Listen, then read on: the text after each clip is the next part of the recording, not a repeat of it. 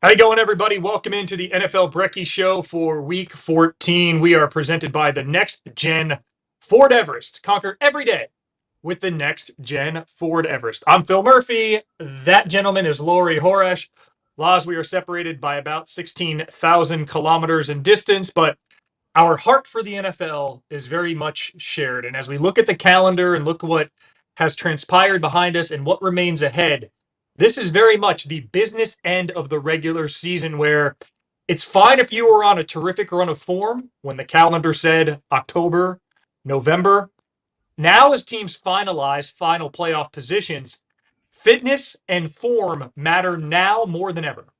Yeah, we feel like the table's being set for this final stretch and the playoffs. I think one phrase that's going to get overused and overused and overused, and I'll put my hand up for how much I've utilized this particular verbiage in the last 24 hours is playing with your food. And we saw a number of contenders, Kansas City Chiefs, Buffalo Bills, no disrespect to the New York Jets, who are a very feisty team and a great defense. Dallas Cowboys come to mind as contending teams, a lot of hype, a lot of noise around them, a lot of talent that played with their food, let lesser competition hang around for far too long, or allowed lesser competition.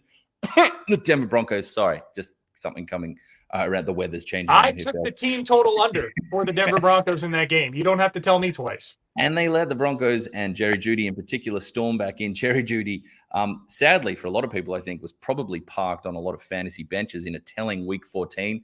Often with the 18-week regular season now, it's Week 14 is kind of a fantasy win and get in. Very pivotal. A lot of buys going on. Maybe Jeudy was in your lineup. If so, congratulations. Sincerely, what an early holiday gift that was for you. But for a lot, probably seeing him post like 30-something points, depending on your league standings, whilst parked neatly there on your bench with his leg warmers and trackies still on. Nonetheless, we saw some of that happening. One team that didn't feature for, obviously, the Philadelphia Eagles putting the absolute smackdown on the New York Giants, a divisional rival, but no longer, I think, a serious rival when it comes to the NFC playoff picture. Could they sneak in? Yes.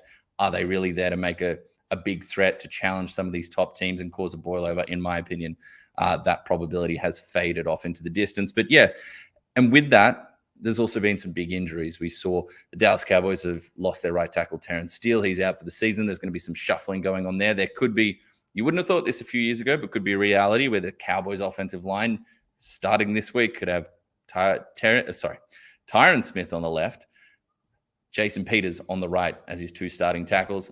We could even see that up against the Philadelphia Eagles, Peters' longtime team come week 16.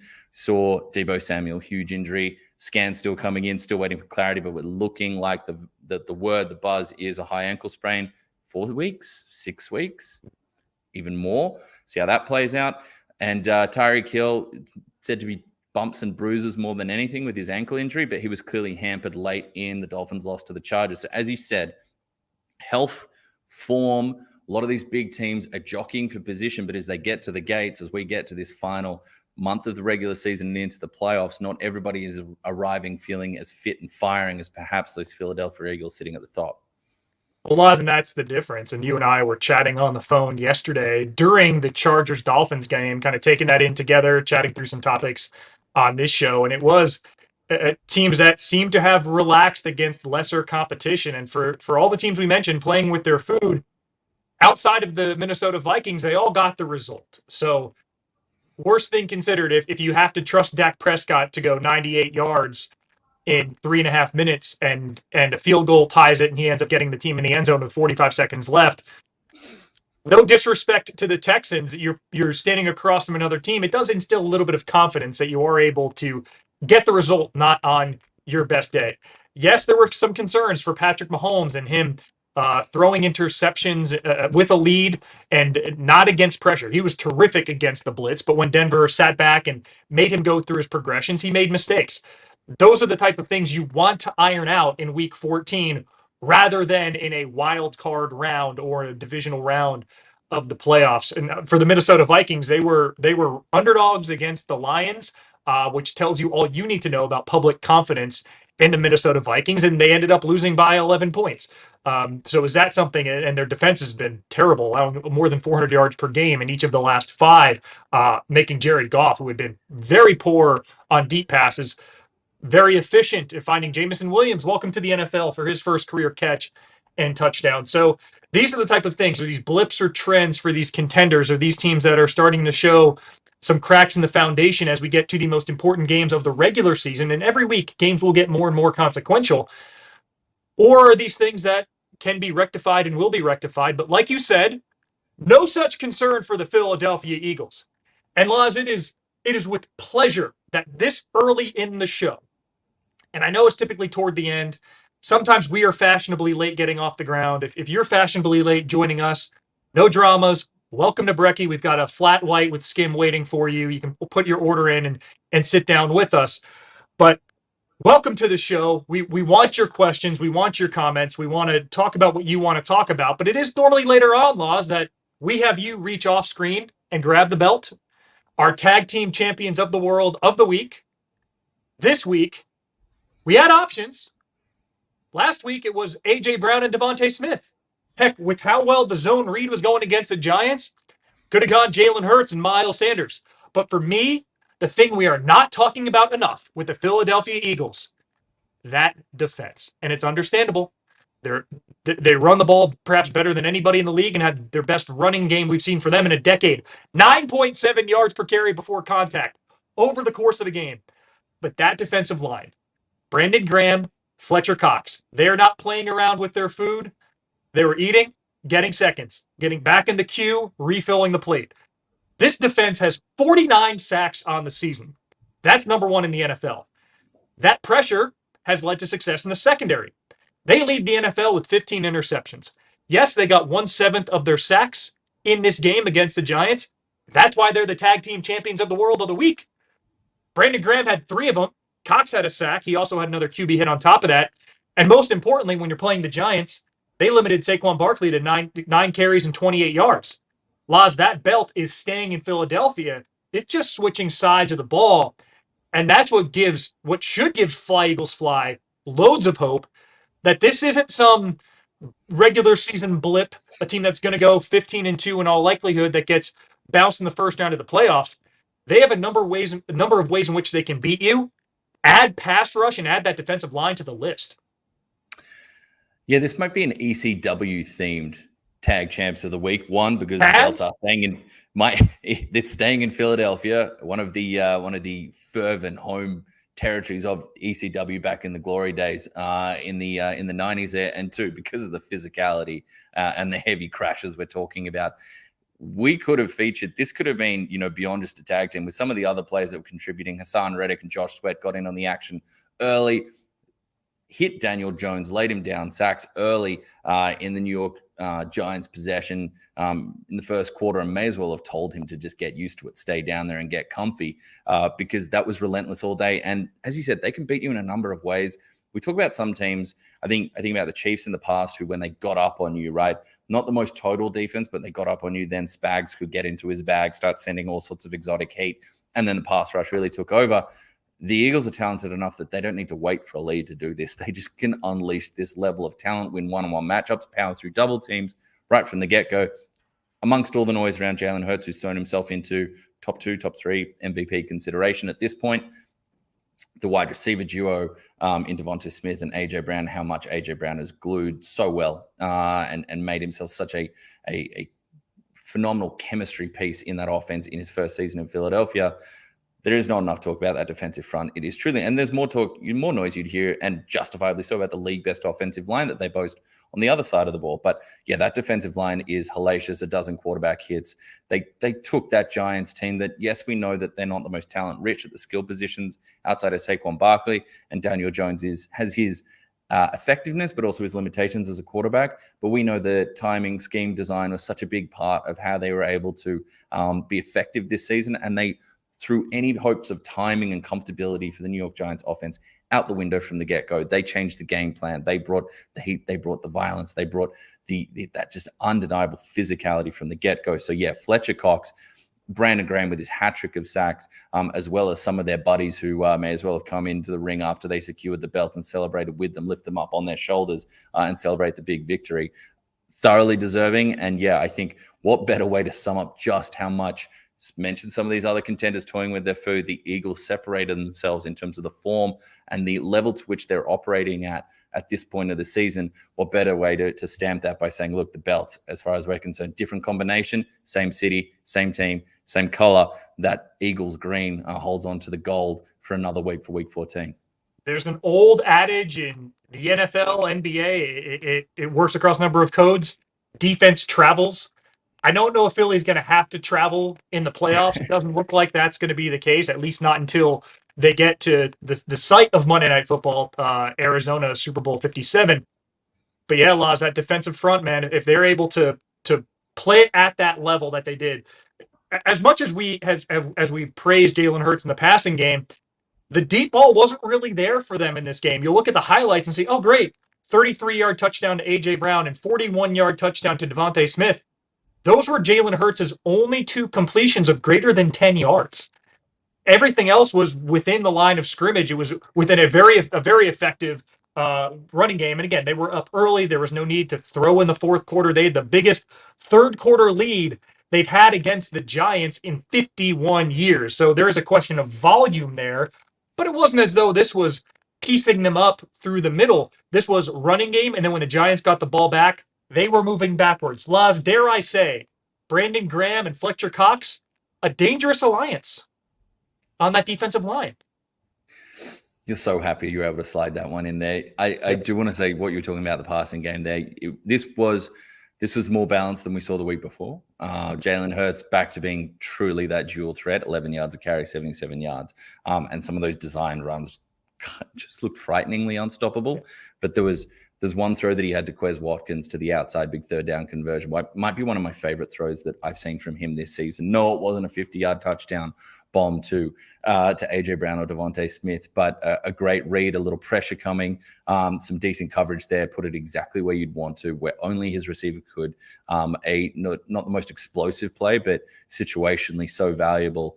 That type of production is exactly why he's thrust himself even higher into the MVP conversation and why he's making people who doubted his ability to go through those reads, succeed from the pocket, even throughout this season. My hand is well and truly up there. He's making them have a real good, long, hard look at the tape. Well, as we transition from that to a question, and I'm going to ask you, can you smell what the Brock is cooking?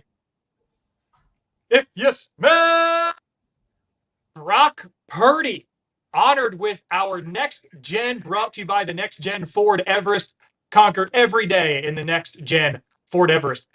Laz, I loved the story coming in. Tom Brady requested 83 tickets for family and friends. It was a homecoming game. He's from the Bay Area, looked up to Joe Montana in his youth, and in his teens, Steve Young. Brock Purdy's parents, preseason, they haven't been following him around. QB3s don't suit up, let alone play. Okay, well, now he's the backup. Let's take a look at the fixtures. Well, they're going to San Francisco. We'll fly up they're actually from Phoenix, from Gilbert, Arizona. We'll fly up to San Francisco. We would love to see Tom Brady play. Oh, Tom Brady's playing against our son in his first career start. The greatest disparity in NFL history in terms of QB experience, 329 for Brady in the regular season, 1 for Brock Purdy. Well, Oz, we saw the week before what happened when he was pressured and blitzed against Miami versus not. Okay, but perhaps an opportunity. He was far less effective against the blitz. Well, Tampa brought pressure. Well, when Purdy was pressured, 6 for 7 passing for 108 yards and 2 touchdowns. Jimmy Garoppolo all season has 4 touchdowns against pressure. Well, did he keep it close to the line of scrimmage and check it down? He did, but when he did extend the field, he was 5 for 5 throwing beyond 10 air yards for 117 yards, 2 touchdowns, no picks. And we had debated, Laws, the tag team champs. Maybe we take it to the Bay and have it be Brock Purdy and Christian McCaffrey, because McCaffrey was averaging just under 10 yards a touch. The 11th game in his career, 11th game with a receiving touchdown and a rushing touchdown, that ties Jim Brown for the 4th most in NFL history. So you have 2 guys who started the season nowhere near the field in San Francisco. Christian McCaffrey, rather. I'm in a Home Alone mood. Christian McCaffrey in Carolina, he comes in, Brock Purdy, given the reins, it was smart, it was measured, but when they needed him, or when they, I don't even know if they needed that game was over after the second quarter. When they took the reins off and said, let's see what you got, let's see what kind of horsepower you have, what your 0 to 100 kilometers is. He looked the part, man. And you can't get more next gen introducing yourself than a first start. And I don't think you can impress more than did Brock Purdy in his. His first career start, the first quarterback ever in their first career start to face Tom Brady and win in that type of matchup. Previously, all other quarterbacks who have gone up against Brady in their first career starts, the average loss was almost 16 points. That was the margin of defeat. Obviously not a defeat for the San Francisco 49ers, who put a hurting on the Tampa Bay Buccaneers. I think what we saw from Purdy, those weapons, and we mentioned, look, Deebo Samuel's going to be under injury cloud. There's going to have to be some shifting here. Do we see more consistent targeting for someone like George Kittle, Brandon Ayuk? Does he take a bigger role?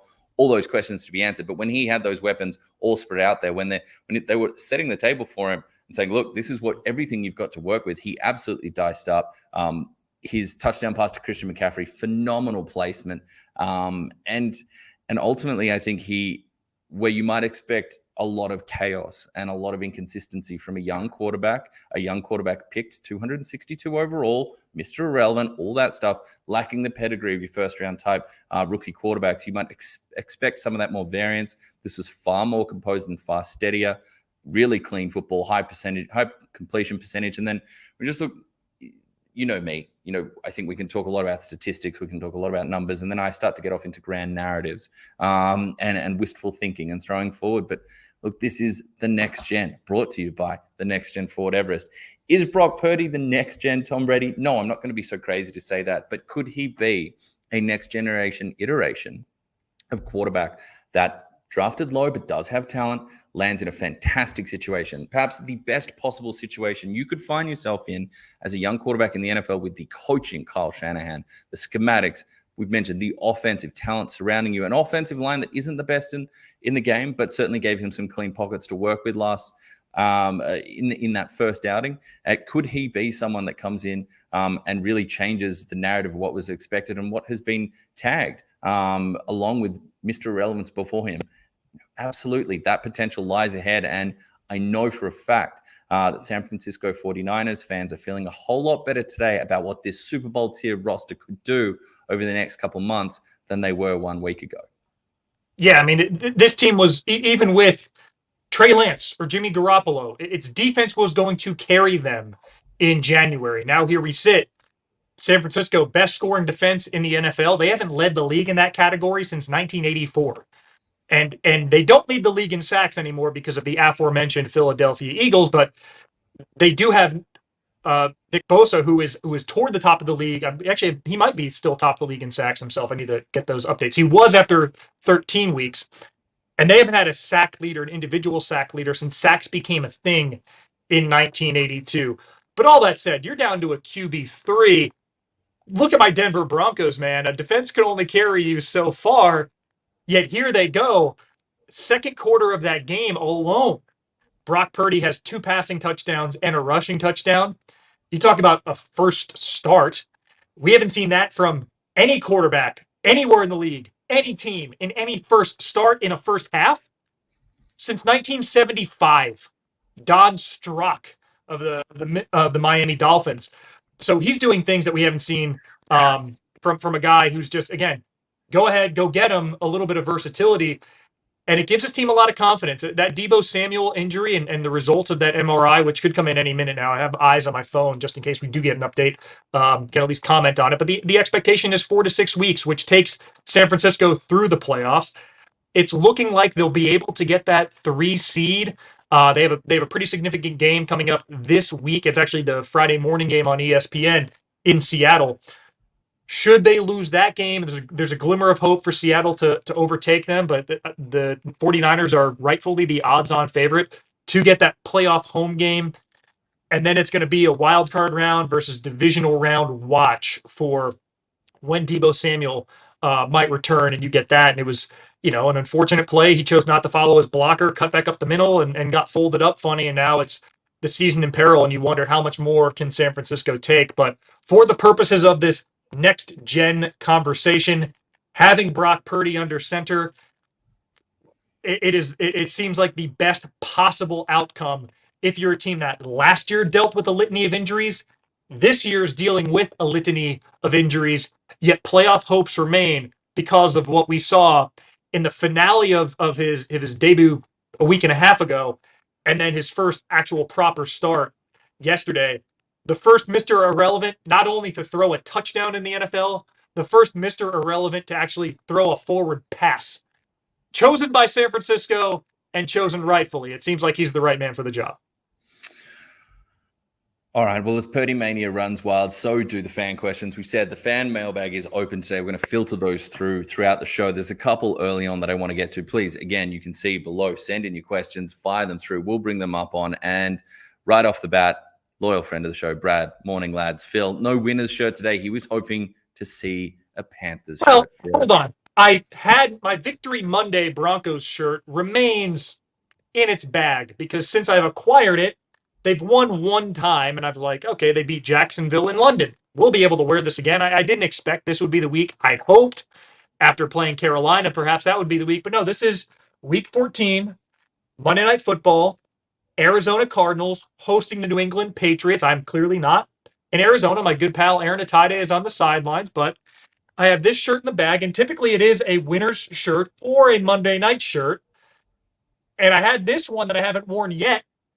I'm concerned how many more opportunities I might have with this winner's shirt.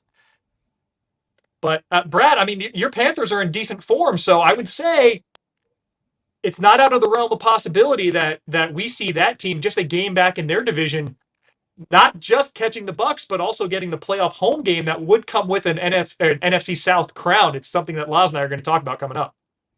Yeah, and if DJ Moore's wrist injury is not overly significant, or DJ Moore's injury is not overly significant, which so far again, we're still waiting on a lot of clarity with scans there, but the general information that's coming through is that he does have a chance to play this week. It's not deemed to be overly long-term. That's positive for a Panthers franchise that has not had a whole lot of those. But while we are on the Panthers, another fan question came in. This is from John Roberts, and he's got a little QB gauntlet for us here to run through quickly before we get to our big, chunky segment theme segment of the show. Do the Panthers stick with Sam Darnold?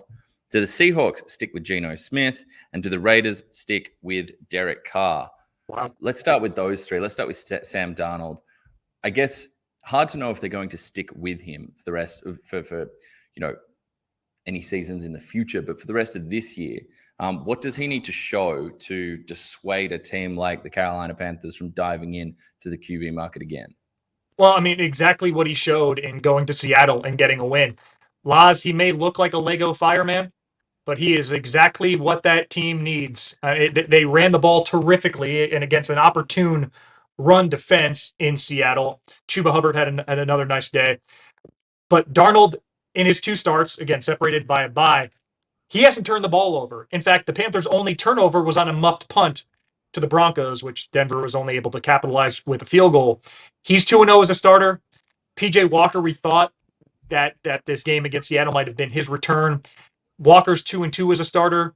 You look at the numbers, you look at the tape. Darnold's a little bit more efficient. You lean his way.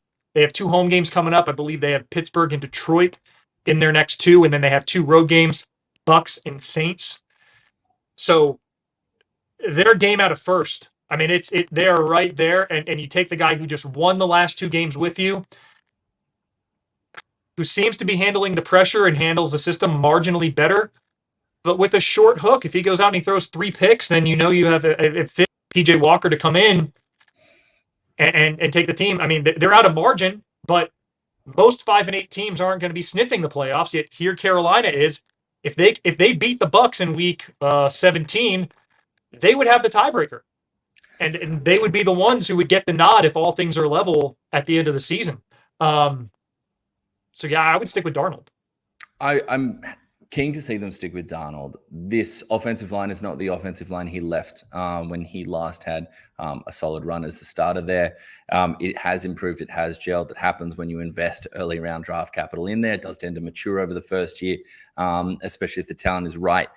I think, look, Sam Darnold joins like Josh Allen and it's hard to say those two names, and Jalen Hurts as should we say draft quarterback evaluation albatrosses that hang right around here for me. Ones that either I've gone one way or the other in terms of believing they were the truth or believing they had huge question marks, and they've proven me wrong. Me amongst many others, but there's just.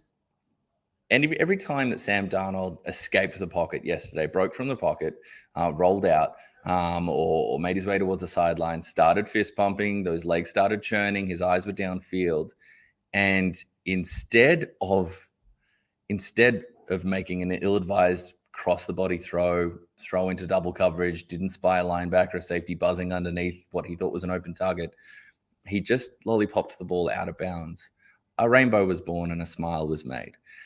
That type of decision-making has not been part of Sam Darnold's resume or tenure at any of his stops in the NFL so far.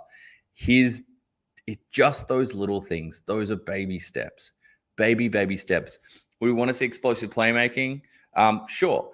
Did my heart start to beat with the drums of 1,000 lost loves when he broke free for a 30-odd yard scamper to the left of the field? Absolutely, but it's the baby steps that matter for now. This team, as you mentioned, unlikely as anything, but the NFC South is that bad, and the Tampa Bay Buccaneers are only capable of putting together cohesive, explosive football for 2 minutes a game, generally the final 2 minutes when it's a close one, that the reality is that they are in the mix.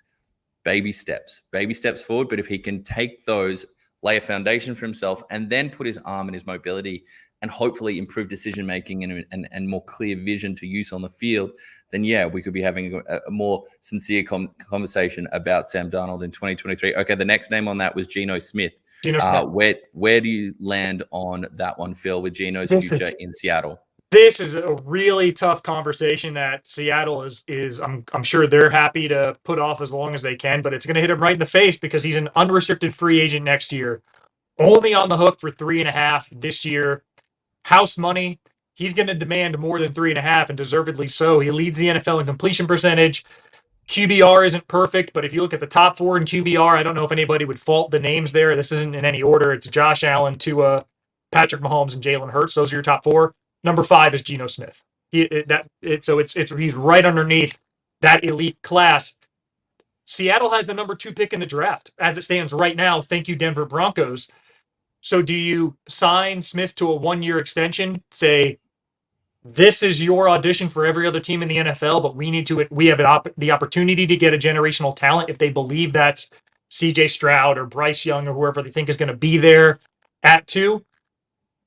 Or do you sign him to a multi-year extension at less than elite money and hope that a less than elite quarterback, as good as he is, he's not in that Allen Mahomes class.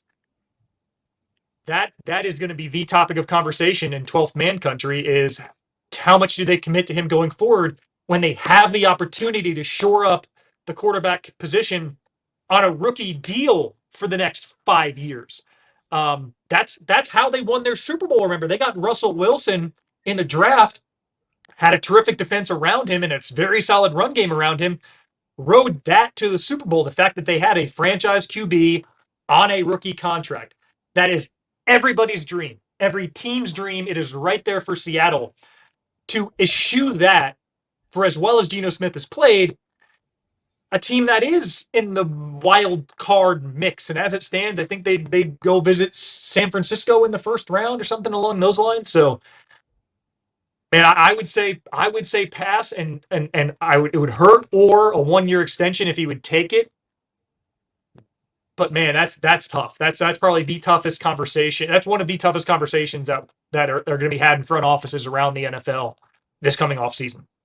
I think we end up seeing quarterback go number 1 overall. And if the Seattle Seahawks aren't in position there to make that their truth, they get the number 1 guy, their number 1 guy, and they're settling. I don't mean to say that denigrating, but they're not getting someone that was absolutely top. I delay the decision. I lock up Geno Smith, whatever I need to do, whether it's a 2-year deal, 3-year deal where it's front loaded, but it gives me some maneuverability in the back end of it.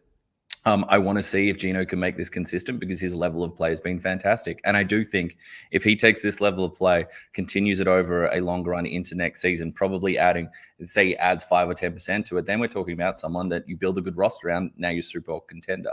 He has shown that game breaking and that playmaking ability, as well as improved decision making, the consistency that he's been afforded.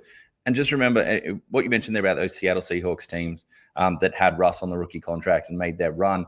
A lot of those players, there were some young talent coming through, the young Legion of Boom, but some of those Legion of Boom players were not in year one. They were a bit further into their career. Some of the defensive front was a bit further into their career. We're in year one when it comes to the Seattle Seahawks, year one of the new offensive line with Lucas and Cross as your bookends. We're in year one of Tariq Woolen, year one of Kobe Bryant. It's still early, and I do think you've got time while those guys are still on cheap deals. It doesn't need to be next year. I think you take that high draft pick. I think you have the ability to move back, and that's what I mean by delay the decision. Move back, gain future assets, give yourself a position to move up and down and around the merry-go-round if you want to go get your quarterback in 2024. That's the level to which Gino's played that I want to see this thing out and see if we've got something stable, consistent, explosive to build on. The last but one but that's what I'm saying. If they have that young, since they have that young back end, younger certainly comparatively than the last window, you have some time then to take a QB. If you're keen on him, if you love a CJ Stroud or Will Levis or whoever, that Bryce Young, probably not going to fall to 2. It seems like he's going to the Texans first. But if the Seahawks are picking at 2 and you have somebody there who say, hey, this guy's going to be ready to lead an NFL team in year 2 or year 3, then he's a similar age to the rest of the assets that have been hits in the draft. And you have that luxury of time to let it, they're not in a win now mode. Man, it's like the best of both worlds. It's a great problem to have that your backup punched above his weight class so much. But now he's an unrestricted free agent. He's going to demand certainly more dollars than he was getting. How much are you willing to invest in somebody who perhaps you're looking at his ceiling, and his ceiling's going to get you 10 wins? I'm not sure that is the ceiling, especially the chemistry has been there with Tyler Lockett, DK Metcalf. We can talk about the locker room seems to really have gravitated towards him, considering the experience they had with previous signal callers, shall we say. I just want to ask you one other question, though. This defense, especially that back end, is phenomenally, is so talented and at a young age is well ahead of where you might have expected them. What would you say is really missing from that Seattle defense right now? What's a real standout need that they would love and Pete Carroll would love? What position would that be? I can tell you're going somewhere. Is it edge rusher? You and me, Phil. Even when we are disagreeing or debating, we're still in simpatico. Is there an edge rusher? You're saying Will Anderson or Is there an edge rusher, perhaps wears crimson on weekends, that you could see being available at that spot? Yeah, if I cover this, I could convince you it says Alabama. Will Anderson, number 31. Yeah. Get familiar if you haven't seen tape yet. Yeah, exactly. If we're talking about that conversation, you think what he could add, and now all of a sudden it's Anderson getting after the quarterback, creating pressure and off-target throws, and the woolen blanket there at the back end of the defense, ready to swoop and swarm. Pete Carroll fever dreams. Are we really turning down this opportunity when an answer at quarterback is in the building? Good debate, though. Good question. Do we throw the last one out there, Derek? Yeah, let's go quick on Derek Carr. This one's interesting because you would think, oh my gosh, didn't they just extend him this past season, give him a 3-year extension? That they did, NFL Brekkie Show viewer. Here's the thing. $25 in dead cap money drops to $5 million next year. So if they cut him before June 1st, it saves him $30 million, does it save Vegas, in salary. And that dead cap disparity actually goes to $40 million the following season, heading into 2024. The Raiders 0-4 this season when they lead by double digits at halftime. Let me let you digest your Brekkie there. When they're up 10 or more points at halftime this season, the Las Vegas Raiders have come away with a win 0 times with 4 losses. Haven't seen that in the NFL since 1930. The Canton Bulldogs or something. Buffalo All-Americans, I don't even know. So, Laz, with that, Devontae Adams said some things without saying some things a few weeks back when he was asked about, I can't remember which game it was, but a lack of productivity. And he said, listen, I'm going to get double-teamed a lot. if you're unwilling to take a high risk throw, why am I in the building? He said, if you don't throw to me when I'm doubled or I'm bracketed, I'm going to have 4 catches all year. And that showed to me he's thinking his quarterback, or at least the offensive coordinator, but the quarterback is an extension thereof, has gotten a little too complacent. And you started to see that against the Rams late on and some opportunities to put the game away that were failed. All that to say, Derek Carr is in that unfortunate position of being a very good quarterback, not elite. Yep. And I hate the elite buzzword, but nobody would say he's top 5 in the NFL. He's fringe top 10. It's the Andy Dalton paradox. Are you okay, Cincinnati, for years and years and years, with a quarterback that's going to get you 9 to 11 wins and probably a first-round playoff exit? We can throw out the elite word if you want and kind of frame it like, is he winning you enough games off his right arm? And that number you pointed to about the double-digit leads halftime and where results have gone, I think that tells you a lot about that. And the fact they add Devontae Adams, who has been incendiary for the last 6 weeks, yet Carr's numbers, you could shuffle the 3 years in Vegas and have no idea which one's which. So it's been consistently 65% completion. He's hitting the marks, but it's not going to take you to that next level. But is good the enemy of great? Do you save $30 million by cutting him? And what they're picking 9th in the draft right now? They're not going to get the game changer. I don't know if there's a Patrick Mahomes type guy who's got, we're not sure about him. He's going to fall to us at 9. I mean, Will Levis is getting Josh Allen comparisons, but that's because of his size and potential accuracy concerns. It's not a good thing. It's not like, we saw Allen mature when he got to the NFL. It's not guaranteed that Will Levis is going to do the same thing, nor is it a guarantee that he's going to be available at 9. So the Raiders have the luxury of letting the draft play out, but they're going to tip their hand really quickly if they take a QB in round 1. And we know what's going to happen with Carr then. It's really tough, man. That's the biggest question in the AFC is like they have easy outs in this contract extension for each of the next 3 off seasons. I think the 2025 year, it's like a $41 million savings to get rid of Carr. So they're going to reveal really quickly what their level of confidence is in him to contend with Patrick Mahomes and the Chiefs in the AFC West and contend with the rest of the AFC for a team that hasn't won a playoff game since the 2002 AFC Championship game. Considering how that's structured, considering how that you mentioned the easy outs, the triggers that exist in that contract, and that opportunity does present itself, how malleable, how tradable is that contract? Is that another part of this conversation? Is that we're seeing teams more and more flexible, doing more and more salary cap mechanics as the cap is expanded, and the general philosophy has changed around trading for big contracts and going all in, or how you structure roster makeup and roster building, but. Could that be one of the conversations? We've seen big name quarterbacks traded in recent seasons, increasingly so. Could this be where we get to? It seems like the vibe around it, you mentioned some of those things, Devontae Adams saying things without saying things, a little bit like, you've been out of university for 10 years now and you catch up with your old Wednesday night drinking crew. And, when you've got more responsibilities on a Thursday morning, the beers aren't being slung around for $3 or $4 a pop on a Wednesday evening, and you're not getting into pubs and clubs with nothing but a pair of coral Havanas on. Those are thongs, thongs in our sense, Phil, in the Australian sense there.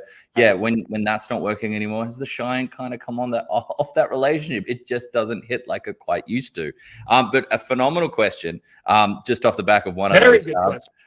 Brad saying, watch Pete Carroll take Bijan, the running back out of Texas, so he can really run the ball down people's throats. If the Seahawks trade down, you got Kenneth Murray and Bijan Robinson as a heck of a 1-2 punch. But they're not taking him at 2. But if they trade down to the middle of the first round.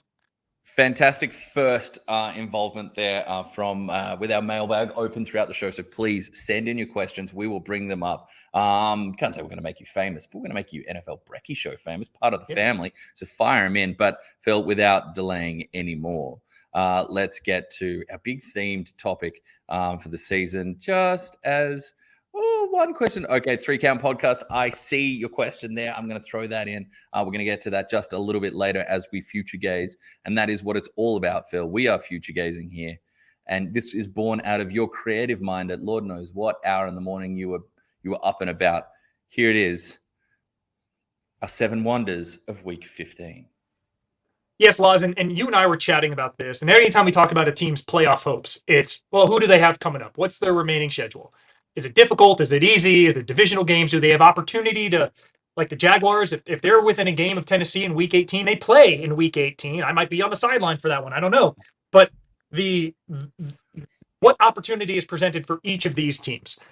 And so as we started to go through, we noticed that next week there are 7 games of very clear consequence for at least one of those teams involved. And if not immediate consequence, like perhaps say playing a division rival, then there are questions that are going to be answered.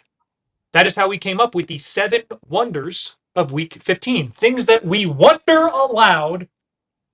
What is the state of a team or teams? And that we should get some semblance of an answer in 6 days' time, or 5 days' time, or 3 days' time, because we have an extra window of viewing. Yes, NFL Brekkie Show viewer. Sunday are a trio of games for you. Saturday, my time. Then we have the traditional Sunday slate. We also have Thursday night US, Friday morning on ESPN. And of course, Monday Night Football from Lambeau Field, Baker Mayfield, and the Rams take on the Packers. That is not one of our wonders. I just threw it out there because what's a wonder is that the LA Baker Rams have made it into our NFL Good Vibe power rankings that you can be scrolling on there. 49ers in at 4, Carolina Panthers in at number 5, Jacksonville Jaguars in at number 6 with their top 6 ranked quarterback according to the Horesh quarterback index, Trevor Lawrence. Number 7, Kansas City Chiefs. Number 8, the Dallas Cowboys. Number 9, now they are sitting pretty, the LA Baker Mayfields. Got a little ram in him. You saw that headbutt on the sideline. So, Laz, our 7 games. Multiple headbutts without a helmet, 2 people wearing a helmet. Yeah. Our 7 games. The opener on Thursday night, 49ers in Seattle.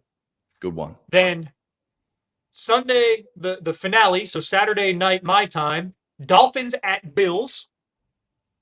And then in the traditional viewing window, very early Monday morning, 5 a.m., Lions at Jets. Then in the afternoon window, Titans at Chargers, Bengals at Bucks. And then the finale that day, NFL Blitz will lead into it, Giants at Commanders. So, Laz, we have about 10, 15 minutes to discuss this before we have to get to our props for today's game between the Cardinals and the Pats. So which of those wonders do you find most wonderful? Okay, let's go. And yeah, we certainly, I think we're having so much fun today. And the coffee that resident NRL scribe and Chicago Bears tragic Darren Arthur dropped off halfway through this show is really starting to hit right. So we are flat white skim. It is flat white skim. Yes, skim flat white for old. I know your coffee order. Let's start with Friday. 7 wonders for me. I wonder if Geno Smith and friends can conjure enough magic to keep pace with sturdy Brock Purdy, Purdymania. There's no doubt that with Metcalf and Lockett, we have potent weapons there. We'll see the health of the backfield and where we're at with that. But can they keep pace with an offense that even without Deebo Samuel boasts like Brandon Ayuk, George Kittle, Christian McCaffrey, the physicality of a Juwan Jennings coming in there and on some of those in-breaking routes. Even late in the game, they've got their new closer in Jordan Mason, who comes in and runs physically. That number 24, certainly bringing back memories of barreling runners who wore that great number at the running back position. So that's what I wonder about. Can we see in prime time? We just talked about Geno Smith and whether he is the man going forward. Can Geno conjure enough? Can he show that deep ball magic to really rock the NFC West and put the rest of the NFC on notice that no, they're not, he's not the sexiest quarterback name out there. And no, they're not the headline stealers in an NFC that features, the Philadelphia Eagles, the San Francisco 49ers, the Dallas Cowboys, Justin Jefferson over there with the Vikings. But they can certainly start throwing haymakers when it gets down to the business end.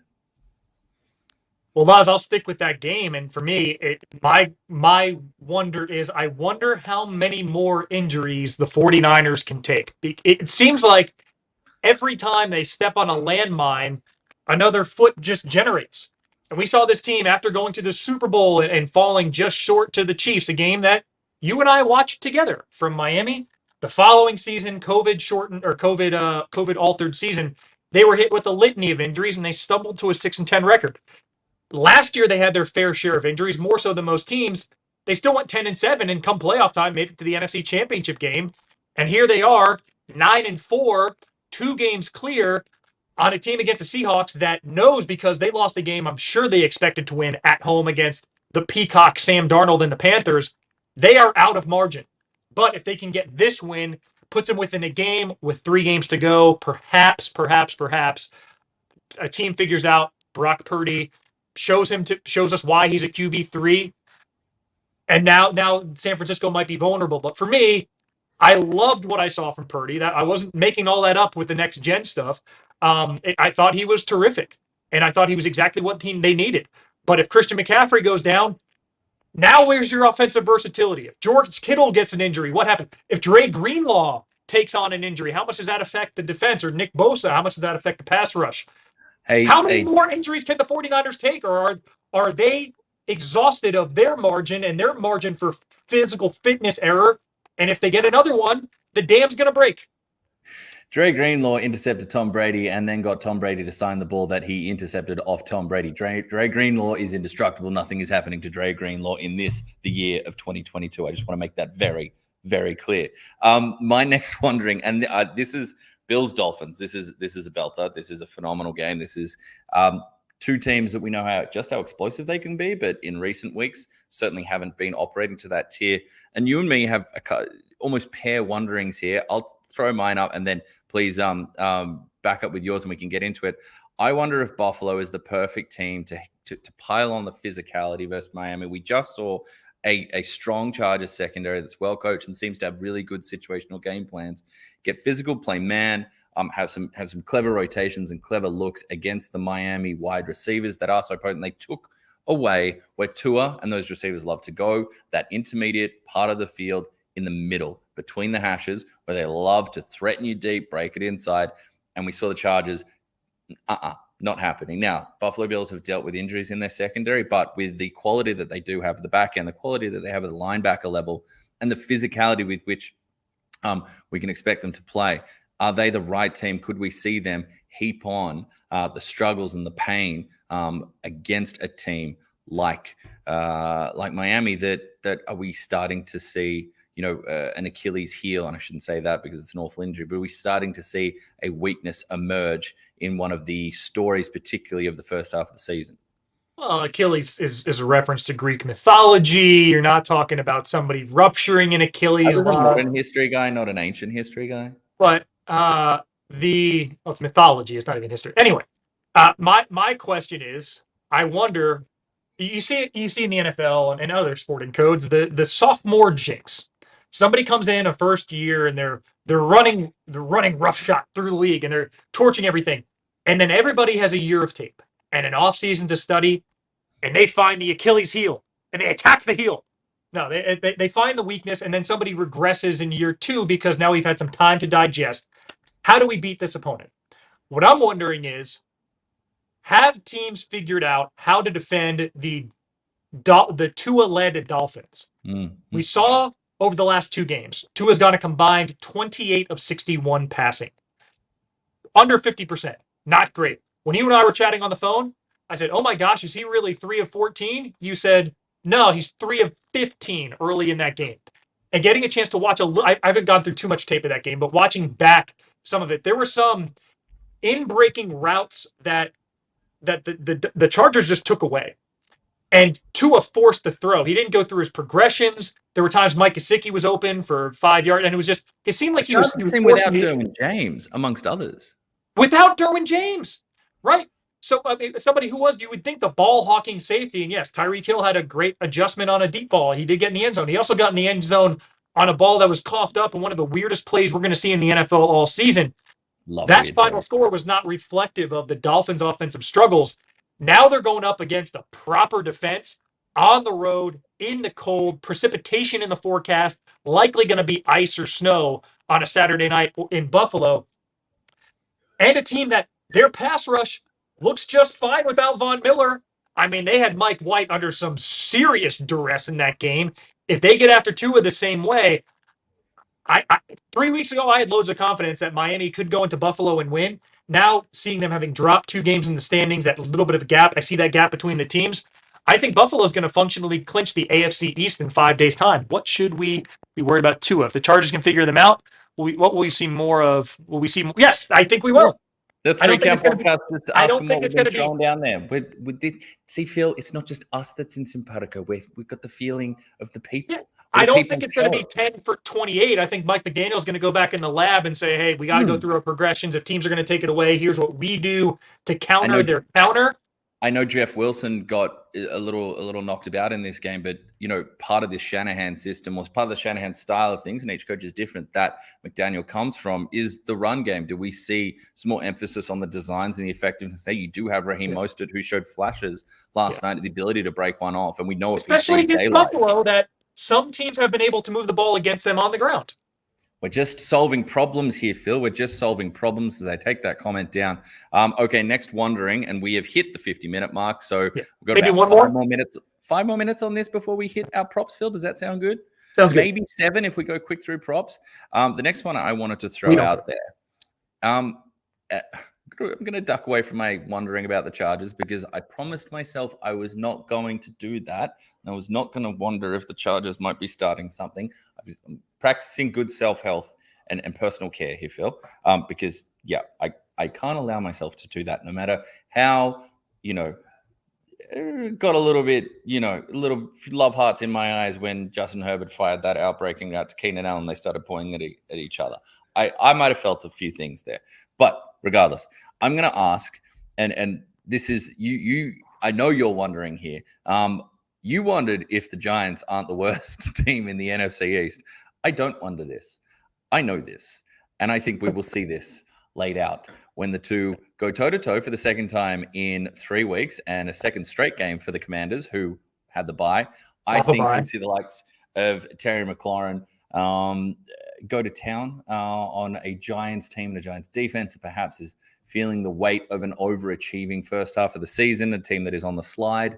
And one thing that points in the different, just kind of shows the different energies around these teams. You're seeing everybody talk about this was the Giants through this many weeks, and now look, they've lost, was it 5 of the last 6 games that they've dropped?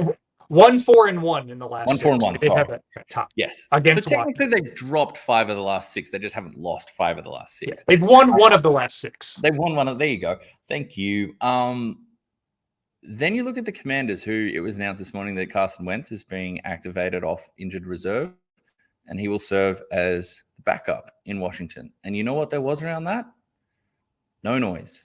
No noise whatsoever. Just, I think, from across the NFL fandom, NFL media, a tacit head nod. Yep, sounds about right. This team has embraced, who is leading them, where they are being led to, and the improved kind of, threat that they have become. The defense is getting healthier. They will cause issues for a Giants offensive line that has suffered some, talk about getting banged up throughout the season. So, I think the NFC East, I think it's pretty clear power rankings. Eagles 1, Cowboys 2, Washington 3.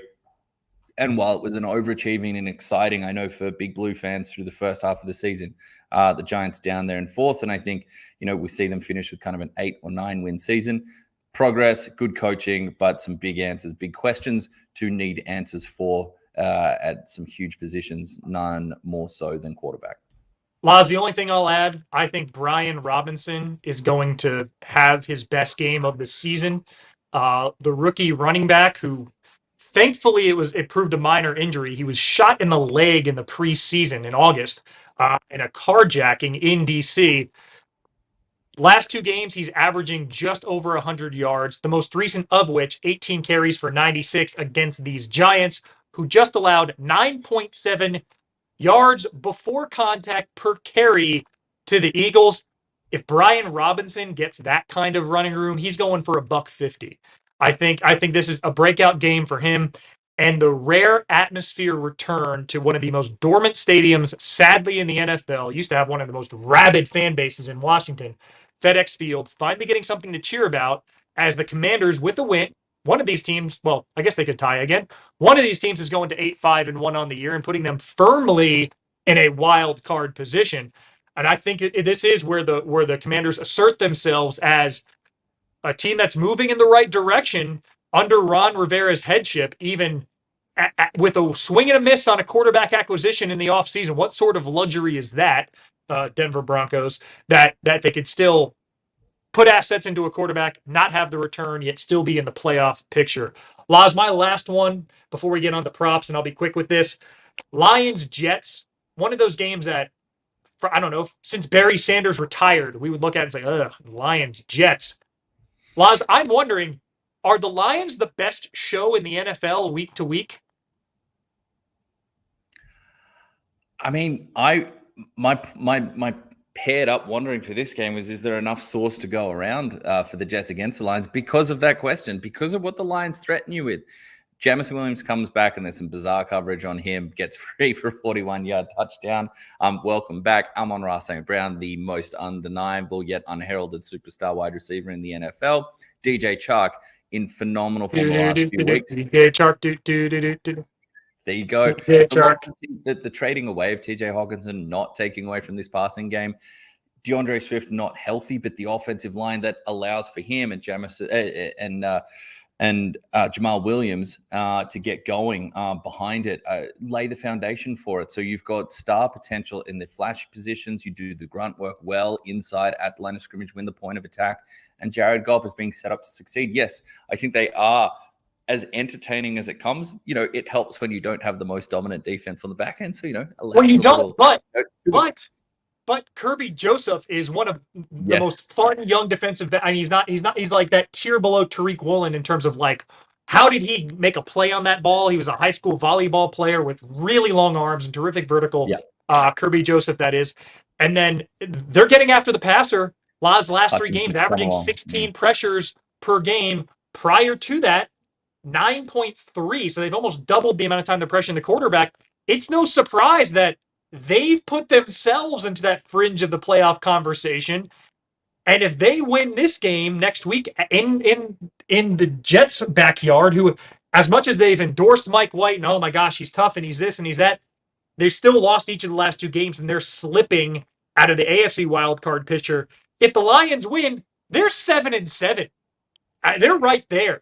And that is a far cry from where they were 7 weeks ago. So that's just, yes, they're one of the most fun teams to watch. Take away the helmet, take away the logo, take away Detroit Lions.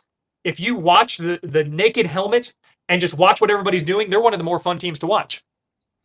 Brad wants to know just on this, and I know we're going to move on quickly. In the NFC right now, would the Detroit Lions be a top 5 team? There's clearly a 3 at the top, right?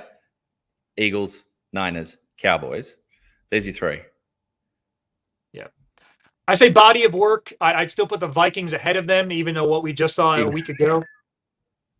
If you got to be the man, you got to beat the man, as the great Detroit. I mean, I'd say right now, yeah. In terms of the quality of football they're playing, I'd put them at 5. You put them over the Bucks or anybody else in the NFC South. Yeah, the entire NFC South, forget it. Put them over Washington. For me, it's between them and the Seahawks, I think. Yeah, I'd go Lions. And those teams played each other. Wasn't that like a 40-34 game? That was one of our early season. Oh my God, what is going on with Geno and what is happening? Yeah, 48-45 in week 4 was that game. Seahawks won it, but the Lions are a different team. That's going 48-45 the other way. I know it's almost entirely impossible for the playoff machinations to work out where it could happen, but those two playing each other in the NFC wildcard weekend seems just about right and on point. The Lions would need to go on a win streak, but if the Seahawks end up as the 3 seed, that could be a 3v6. We know 4-5 is going to be Dallas versus Cowboys Bucks or Cowboys Panthers or Cowboys, whoever comes out of that. By the way, if the Saints didn't completely poop the bed, this is a family program. If they didn't poop the bed against the Bucks a week ago in a game I was at, all 4 teams in the NFC South would be 5-8. We would have 5-8 reset heading into week 15. How beautiful would that have been? I know how much that it just irks you that for someone who loves scorigami, for someone who loves the kind of symmetry of numbers, it's lost artwork.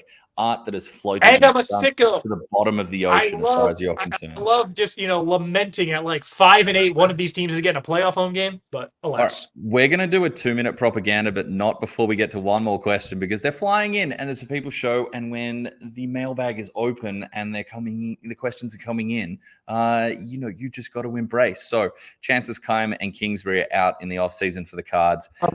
Honestly, unless the Cardinals win minimum 3 of their last 4, probably all 4 of their last 4, they're going to reset it at head coach and GM. Yeah, it makes no sense. I hope for tonight it kind of makes for just, and we're about to get into this, random pots of explosiveness from the Cardinals as Kyler and Nuke and co just say, F it, let's let this thing go and fly. Especially if we're going to be in key situations. And to quote Kyler Murray, or to paraphrase, when we're going to be schematically screwed, shall we say? Anyway, on that note, that seems like a seamless transition. Do you like what I did there? It's time to get to propaganda. Phil, lead us off as I remove our user or our audience comments. Here it is, Monday Night Football propaganda. What do you got for us? So, Laz, we are still level. We both went down 12 hundredths of a unit last week. We both hit on a $1.88 wager and missed on another. So we are still. Your luck is running out. It would be even if not for some very fortuitous bounces of the ball for the man call Big Phil, but the man they also call $6 interception Hail Mary prop in week 3. If not for that, I'm up 10 units. Look, there's a reason they call you filthy in some parts of the world, and your luck has been filthy of late. Now your webcam's gone, so take that. Anyway, Laz, whilst I'm on my own, I will tell all the people of my tips, my wagers. The New England Patriots have the worst red zone offense in the NFL. It's worse than the Denver Broncos. Thank you, Denver, for going 3 for 3 in the red zone and nearly coming back to beat the Chiefs. So even though the Cardinals are the worst red zone defense in the NFL, I still think that the Patriots are going to disproportionately have to settle for field goals. I originally looked at a prop, Nick Folk over 7.5 points at $1.95. That's maybe a lot of scoring. I mean, I do think they do get into the 20s, but if it ends up being 3 touchdowns by hook or by crook, that one's over. So what I'm going to do is look at New England's first scoring play at $2.30 to be a field goal. Give me the plus odds on the first time they're down the field. Arizona, knowing that they got to play some sense of pride, knowing that this team struggles in the red zone, holding New England to a field goal. Also, we're indoors. So if Nick Folk is trying a field goal from 40 to 50 yards, then he has a higher likelihood of making said field goal just because it's easier to kick inside. Laz, are you back, or do I need to go for another tip? I am here. The phenomenal camera work has. Oh, now he's gone. Well, then it's just me. So I will give my second tip, and we can see if Laz can come back. I went with a... Oh, there he is. Okay, Laz, you interrupted me before I could give my tip. So go ahead. I gave my first scoring play field goal New England at $2.30. No idea what's happened there, but I've managed to solve it. And there it goes again. Let's go. We're going to go with Avatar Laws for the rest of the way here. No, we're not. He's gone. Now he's back. The rest of the way. Here we go. Let's make it quick. $1.96 for me for the first half to be the highest scoring half in this contest. Why? Because the New England Patriots have been relatively even across their halves the last month or so, and that's what we've been looking at. But the Cardinals, we've talked about coaching and schematics, have faded poorly in second halves over the last 4 weeks, and I expect that that trend. I'm going to play into that there and think that we see maybe some fireworks early, some chemistry early, and then it fades late. And we see the first half being the highest point scoring one, and the second one for me, as we get out of here, while I exist in the ether but not in the physical presence, it's just a shame because I really like my shirt today. I'm going to go at $1.91, the slight favorite in this one, or the slight over on this one. DeAndre Hopkins, longest reception to be over 23.5 yards. He's hit that mark more often than not since coming back into the fray. And the New England Patriots, whilst they do have a solid pass defense on the road, that passing defense drops down to a bottom 10 mark, giving up over 255 yards per game.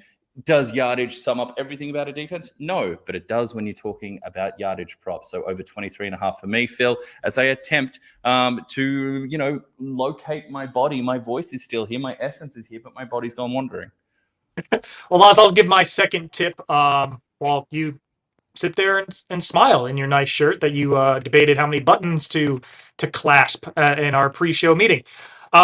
A lot of the trends this week in player props, receiving and rushing in particular, players have been trending under those, so take overs with caution. For me, the one exception, this isn't my tip. I'll give it to you last. Hunter Henry over 30 and a half receiving yards at $1.91. He's hit that 4 times. Hi, Laz. Hunter Henry has hit that 4 times in the last 8 weeks, but Arizona is dead last in terms of per play efficiency on passes targeting tight ends. So I do think Hunter Henry in the slot will have his opportunities. I thought about James Conner under 59 and a half rush yards at $1.91. I did play it, but this propaganda, my best bets, higher standard than that. Conner's gone under that total he's gone over that total, 2 times in 9 games. Thus, he's gone under it 7 times in 9 games. I'm leaning the under. And like Laurie, I do think the Cardinals will be playing from behind late. So I think limited rush attempts and rush yards for Conner. But my tip, my best of the week, Ramondre Stevenson under 79 and a half rush yards at $1.87. He's gone over 79 and a half once in 12 games. Now, caveat asterisk, that was the one time this season the Patriots came off of back-to-back losses as they are now. They housed the Lions 29-0 at Foxborough. I think they will be ahead late, but I don't think it's going to be the level of feeding of Ramondre Stevenson that we saw in that week. You'll sweat. It'll end up in that 60 to 70, 75 range, but I'm taking the under 79 and a half rush yards at $1.87. Laz, those are our tips. We can see you. Can we hear you before we say goodbye? Of course you can hear me. I'd never devoid you of my voice. My face may go wandering at times. And look, at least this camera, while it's a different angle, the tan seems to be coming through a little better. It's a nice contrast, bit of lighting. So, I gotta get closer so we're not in different head sizes. There we go. Look, I've got a pretty solid sized noggin. So for you to be matching me on that, hey, the bigger the noggin, the bigger the star. So I think that plays out here. Anyway, I just want to close, I think, by wishing everybody a happy Monday Night Football as we get to the holiday season. I know that this is a deciding moment for a lot of people in their fantasy leagues. I know in mine, both several that I hold near and dear to my heart, the LGD and the AGM leagues. You know who you are in particular. Plenty to play out. I hope that drama is playing out for everybody, though, across their fantasy leagues the rest of the way. My eyes almost went up to the other lens there. I'm working with 2 cameras right now, Phil. But yes, I think this is a fun time of year. We've spent a lot of time throwing forward. But for the next, it's 10 o'clock here now. Game's going to kick off in a couple hours. And by 3:30 this afternoon, a whole lot of people across, 3:30 Eastern Seaboard time in Australia. Sorry, Queensland. Sorry, Perth. Sorry, South Australia and up in the NT. I don't know what time it is in Tasmania. They're going to know their fantasy fates. Hope you enjoy it. Where else to find out where your season comes to an end or perhaps hope springs renewed for the playoff push than watching on ESPN, Phil? Yeah, and Aaron Atide is going to be holding it down on the sidelines at the Big Toaster State Farm Stadium in the desert. He'll be checking in early in the first, second, and third quarters to add a little bit of a sideline color to the broadcast. And again, it kicks off at 1:15 Eastern Seaboard time in Australia on ESPN. This has been the NFL Brekkie Show presented by the Next Gen Ford Everest. Conquer every day in the Next Gen Ford Everest. He is Laurie Horesh. I am Phil Murphy. Thank you for joining us. We will see you next week.